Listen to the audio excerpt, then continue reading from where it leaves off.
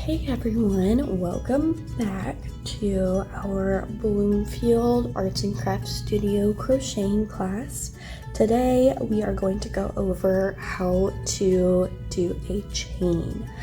So just like I mentioned in our previous video, our slip knot is our basis of our crocheting.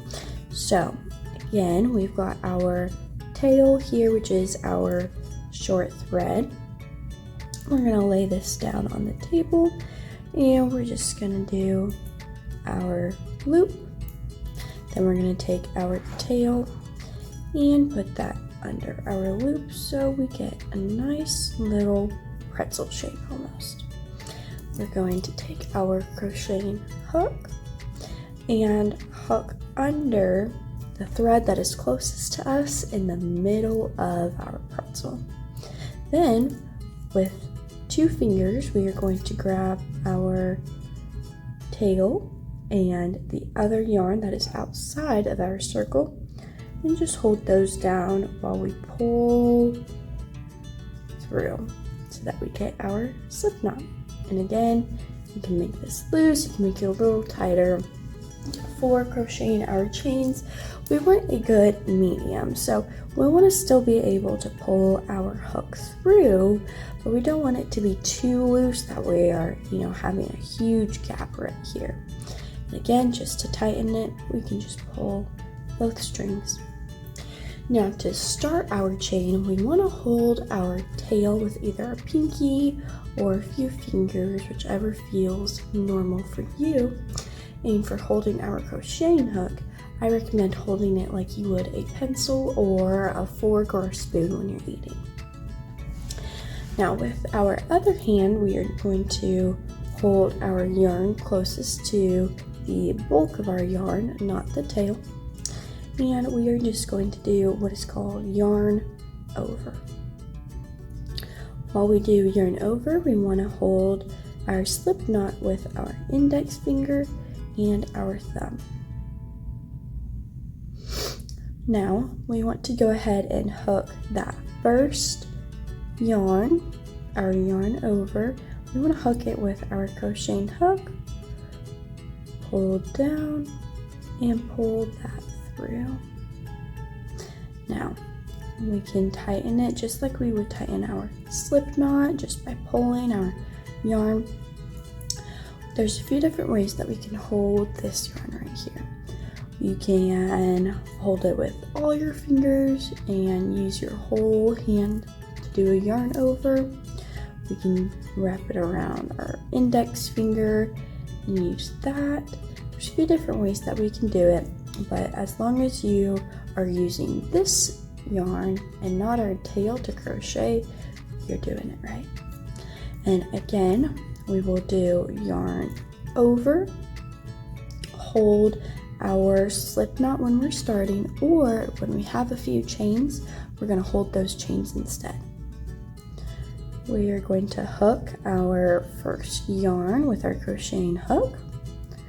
We're going to pull our yarn through and have our hook facing back up. So the whole time we're hooking it through, turning it down, pulling it through, and back up. Now, we want to make sure that while we're doing this, we're holding our chains at the same time. If you don't hold the chains, then they can get a little twisted and then it's harder to count your stitches. And we'll go over counting stitches at the end of this video. But in your take-home bags, we do have a few chain stitch counters as well that I can show you how to use. But we'll do this one more time. We're going to hold our tail, have our crocheting hook facing up just like this, have our yarn over, hold our chains or our slip knot, and pull down and through, just like that. Now to count our chains, each one, you can count them out loud as you're doing it, or if you need to go back, we can count them as well that way. For this one, we've got 1, 2, 3 chains on here. We don't count that first one just because that is our starting one. But you can see here we've got 1 coming here, 2, and 3 chains. If for any reason you made your chain too tight, too loose, we can just pull our thread that's opposite of our tail and we can go back. In your bags you will see these, our stitch markers. These you can use while you are crocheting. How to use these is to just hook them through one of our chains right in the middle. These can help pinpoint where you started, where you finished, where you counted to, and they are easily removable, just like a little safety clip.